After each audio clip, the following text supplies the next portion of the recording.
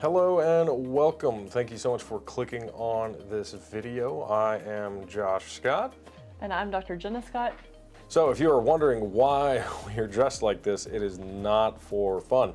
It is about probably sub 10 degrees outside right now. We've not checked since the sun went down, but it's probably going to be about 2 degrees tonight. And needless to say, our heater is having a hard time keeping up. So we are trying to stay warm even inside. If we hope you're staying warm at home, because you're probably going through the same thing. The whole United States is just about freezing right now.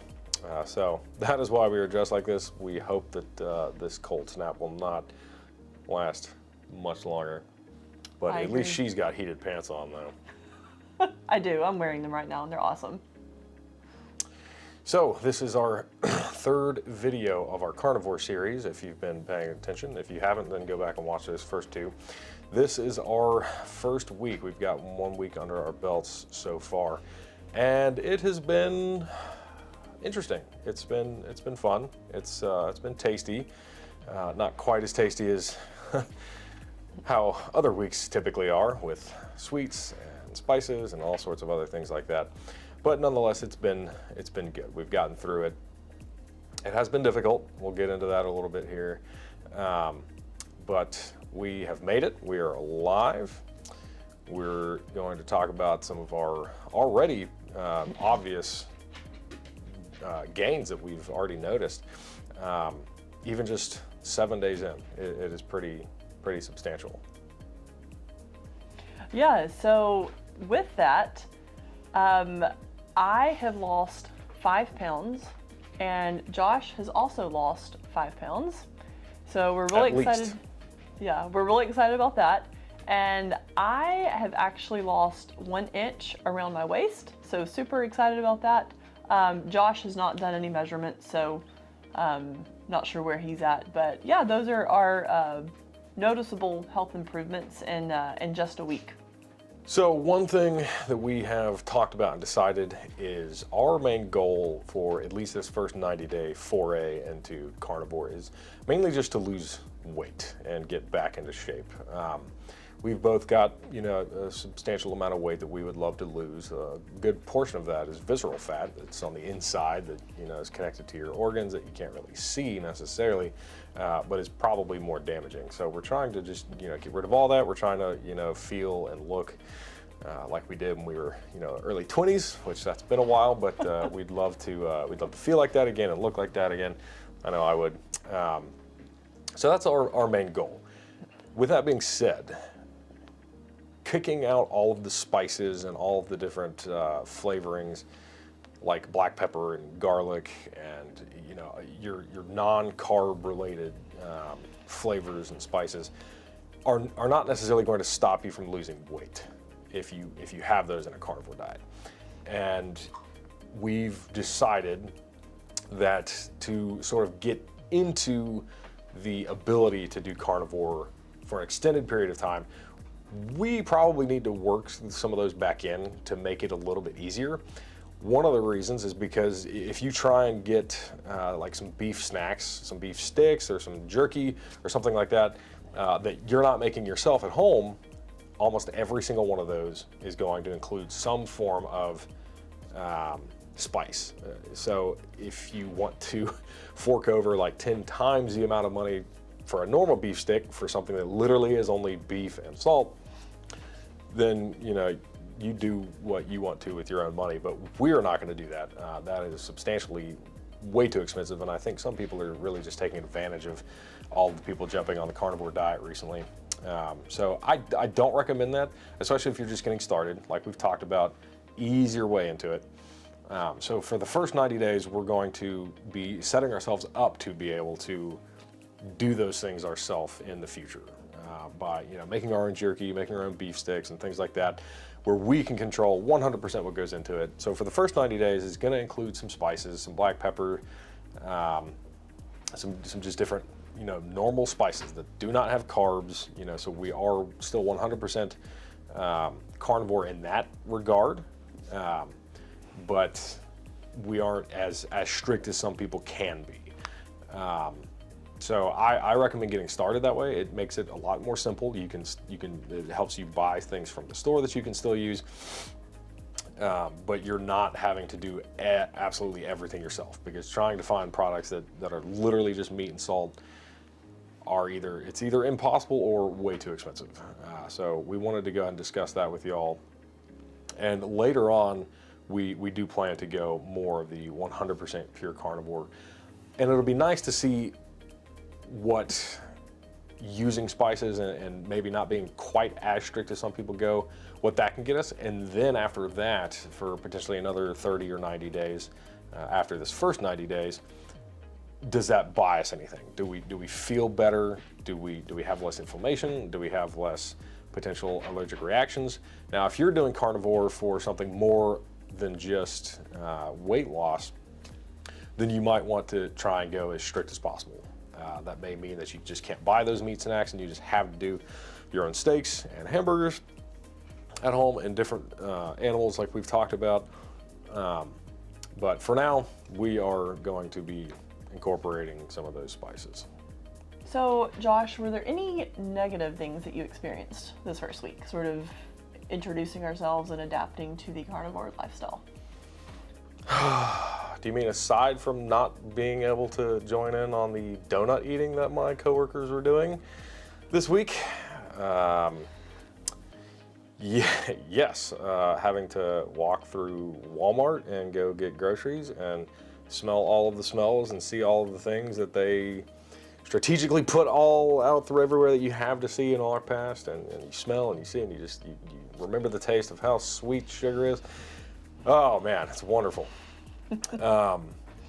Yeah, there were some things, definitely. I mean, on the first, maybe the second day when your body's really first starting to realize that there's a change, because in day-to-day life you might have less sugar and your body's not necessarily going to have a huge reaction to that. You're eating a bunch of more meat, maybe July 4th or something like that, and less sugar. Your body's not really going to do too much difference until you really start doing numerous days in a row. So the second day in a row, and I've noticed this with some of the water fasts I've done, you sort of start to get either a little bit of a headache or just some brain fog, mental fog. Your brain's not doing, your thoughts aren't quite as on track as you would like them to be and you expect them to be. So I definitely noticed that. I definitely, and I mean, you saw this too, I got a little bit irritable. So there was some of that. I will also stress that with this diet, in terms of doing it well, in terms of digestion, you definitely want to make sure you're eating enough fat. I will just, I'll leave it at that. Make sure you're eating enough fat, maybe not too much fat, but you want to be making sure you're getting enough fat in your diet, as well as enough hydration. Jenna, with her medical practice, is always telling people you want to drink half your body weight in ounces. So if I'm 200 pounds, then I would do 100, so half my body weight in pounds, 200 pounds, half that 100 pounds, but that in ounces. So 100 ounces, about 2 liters for a male my size, per day, for anybody, carnivore or not. So that is going to be really helpful. You're probably going to just want to drink stuff too, because you're not getting other foods. So yeah, just some definite mental fog and some maybe being a little bit snippy. I'm sorry about that. But that was me, at least all that I can remember. What about you? Yeah. Well, let me ask you another question. How long do you think that brain fog and sort of moodiness lasted for? Was it just day 2? Do you feel like it lasted the whole week? Probably just between day 2 and 3. Your body gets over it pretty quickly. And it may have been not having enough salt in my water. When you're doing this, you want to have some minerals, some salt in your water also, just to make sure your electrolytes are in balance. One thing that we also did was we were squeezing some lemon and lime juice in our water, which isn't necessarily carnivore, but in that transition period, you want to make sure you're transitioning well, because you can sometimes, depending on your diet, go into a keto flu, which can feel pretty terrible. They call it keto flu because it sort of feels like the flu, which I didn't experience much of that personally, but more of just the the mental fog, and that can also be from chemical imbalance. So make sure you're adding some, just a pinch or two of salt in your, a large size water, not to where it tastes super salty, but yeah, it did not last very long, and sort of came out of that, and then I've felt pretty good. I mean, in terms of not only losing the weight, I mean, I feel like my brain is working even better now than it was when I was on my normal diet. I've honestly felt less phlegm build up. I kind of have quite a bit of phlegm and had pretty bad allergies, and this could just be a low allergy season kind of time right now with it being so cold, but I feel less sneezy, less phlegm buildup. Even when I'm sleeping, I felt a lot of just more clean airways, which has been great. I think I've been snoring less and tossing and turning less. My sleep, I've definitely noticed to have felt better sometimes when I was in my older ways of staying up late, eating chips and other things late at night, when I'm playing some video games or something, or watching TV, or maybe having some beers here and there, was definitely not sleeping as well. And I might sleep for the same amount of time, about some nights 6 hours, and wake up and feel horrible, and that whole day I'm just super tired. But actually last night I only got 6 hours of sleep. Felt amazing the entire day, woke up much easier, and so you get a lot more restful sleep when you're doing this diet as well. And Jenna will talk a little bit more about her experience with that as well. But overall, it's been much better than I expected, and it's been just much better than just my normal diet. I mean, already having lost 5 pounds, feeling better, sleeping better, what more could you want, So Yeah, how about you? What have you awesome. experienced? Yeah, so similar to Josh, I have had some similar experiences, some different ones. I would say the worst thing this week was day 3 specifically. It was Wednesday, and that was not a great day for me. I had a headache, which some people may not think that's that big of a deal. I get a headache maybe once a year, maybe even less than that. I'm very blessed in that way, but I had a pretty bad headache all day, and I sort of was prepared for that. I knew that the keto flu could happen, which again is flu-like symptoms, could include headache, but I woke up with a headache, had a headache all day long. I was very irritable, very moody. Just like Josh was sharing his moodiness with me, I also was sharing some of my snippiness and moodiness with him. But at least we were married, and we forgive each other easily and support each other, in this journey, especially knowing that we could both be experiencing that this week. So yeah, Wednesday was not a great day for me. Other than that, though, I have felt really, really good. And so I'll talk about some of the benefits that I've experienced. Aside from the weight loss, my sleep has been great. And I know Josh shared that as well, but I actually wear an Aura ring, which is a ring that collects data throughout the day and throughout the night, including my sleep quality. And it has been a crazy difference. I actually posted on my Facebook this week about the first night in 2 years since having this ring that I've actually scored like optimal in each of the sleep categories. And we'll show a picture on the screen right now of a typical night pre-carnivore, and then just this past week, what the difference has been. And I have felt it too. It's not just something that, an app showed a difference in, but I've actually felt it as well, which has been really good. My second biggest benefit, I would say, that I've been able to feel is mid-afternoon energy. Not that I felt like an energy boost mid-afternoon, but I just felt stable all day long. Often people feel like an energy slump in the afternoon. Maybe it's because you didn't eat well for lunch, or you didn't eat at all, or blood sugars going up and down, and that can make you feel feel more tired. But I have not had that at all this week. Even Wednesday, when that was like my bad day, I actually, energy-wise, actually felt really good on Wednesday. So that's been my experience, and we're excited to see what the next few weeks and months lead to. Yeah, we hope that if y'all start carnivore or are doing carnivore yourself, that you're seeing those same kind of results as well. And so, again, because carnivore is new to me, I'm trying to figure out and learn as much as I can for my own benefit and Jenna's, but also for y'all, so we can help y'all grow and learn and be able to do this successfully and as well as possible, because there are some dangers to it. If you just go eat a whole bunch of pepperoni and that's all you're eating, it's probably not going to be the best outcome. So one of the things I was looking into was Dr. Ken Berry, like I said, I think in our first video, was saying, like, even if you're only eating hot dogs and something else, very low quality, cheap meats, you're going to be better off doing that. And while I can't necessarily argue with that, there are ways to increase the benefit to your body. So the main thing, and you've probably heard about these before, the main way in meat to sort of differentiate which one's better and worse for you are omega-3s and omega-6s. Now, both of those are necessary for your body, and Jenna can go more into sort of what those do and how they can be negative as well.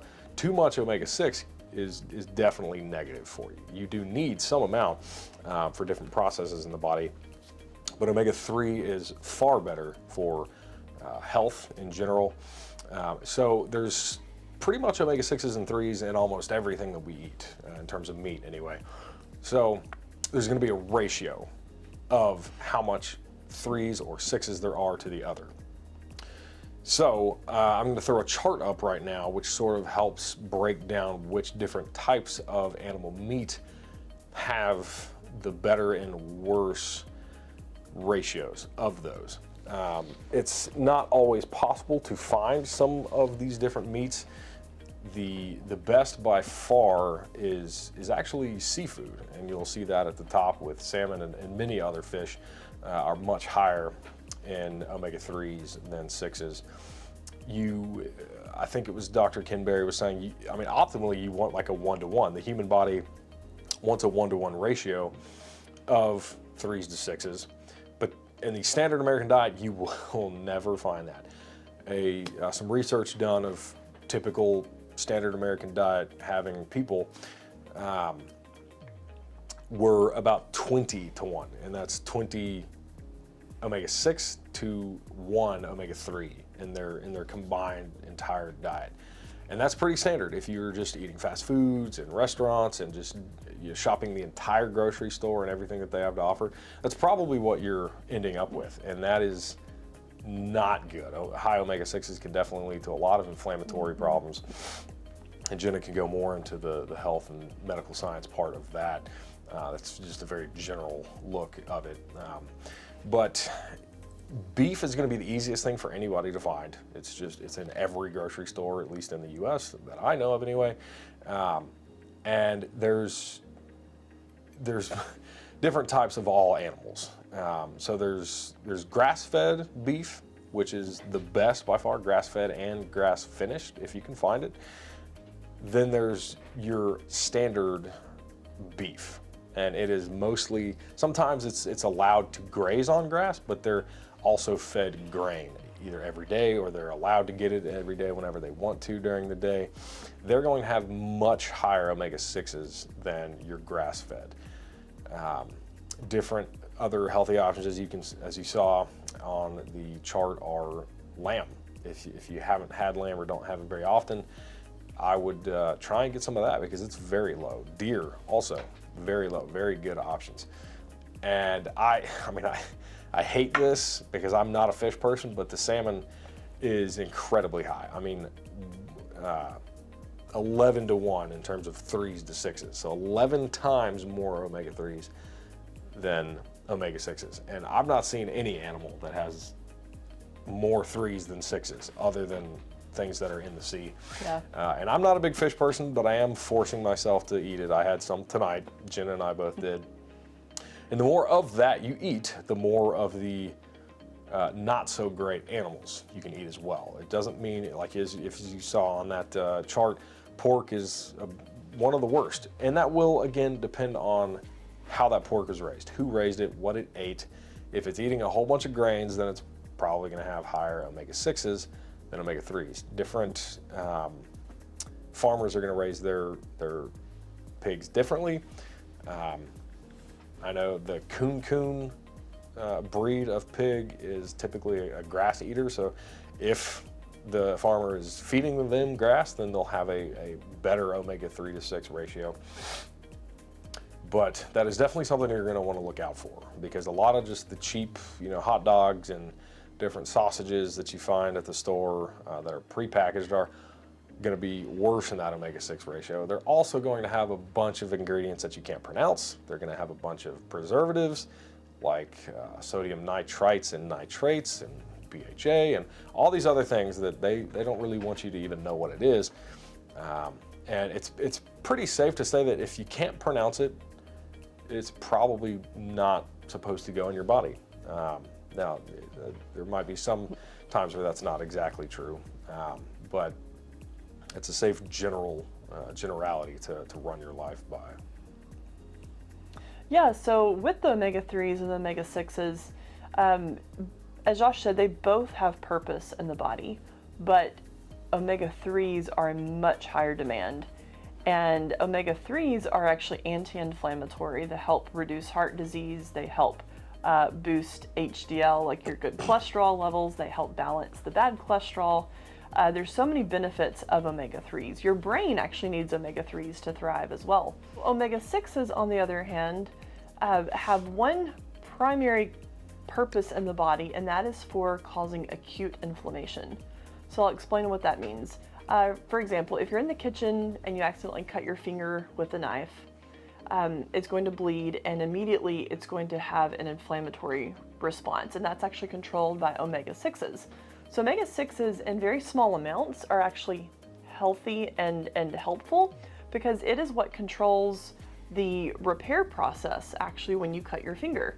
So it will immediately send inflammatory molecules to the area that will cause it to swell up and to hurt, just like with people who have a lot of inflammation, right? They often feel swollen and they hurt. That's chronic inflammation, and that's very, very bad. But acute inflammation is good. So if I cut my finger needs to be immobilized.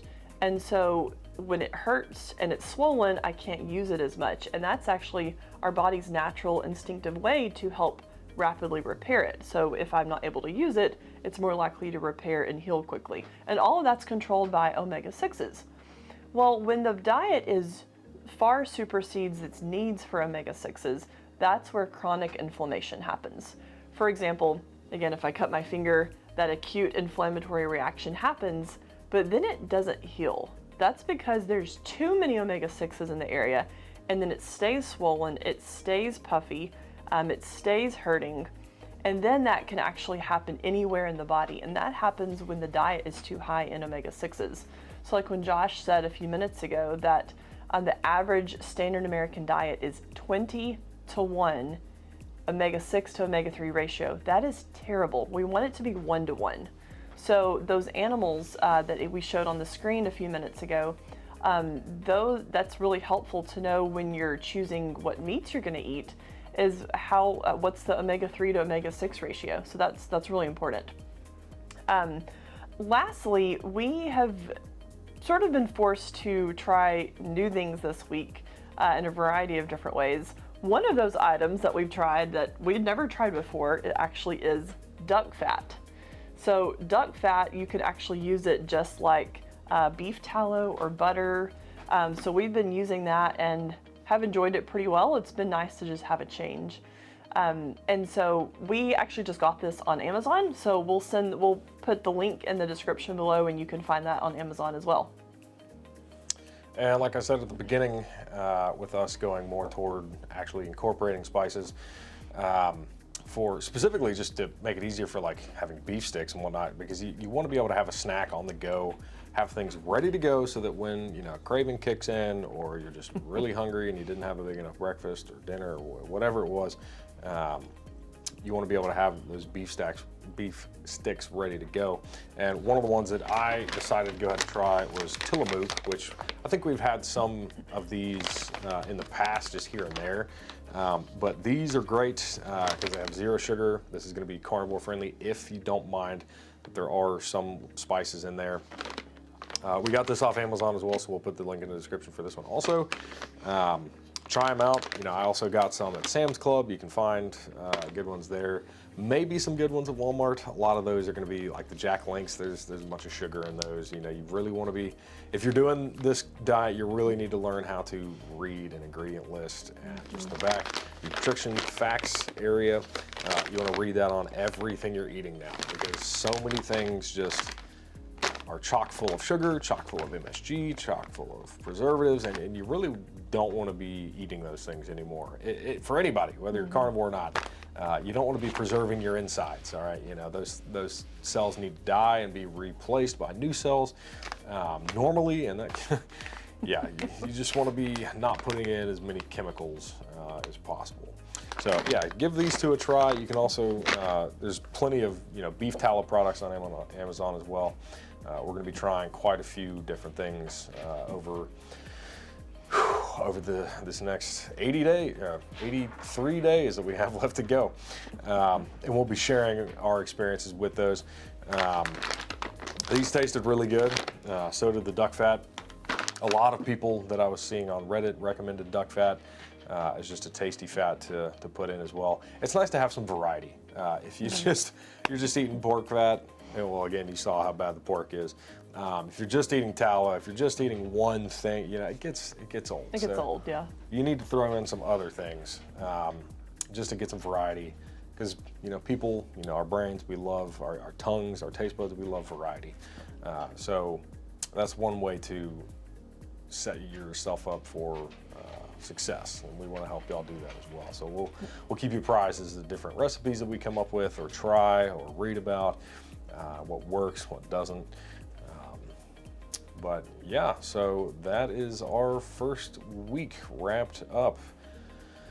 Long way to go though, but thanks for tuning in to this video. Again, my name is Josh Scott. You can find me on YouTube at 3D Scott Productions, sort of engineering related videos and exercise and diet related videos as well, like this.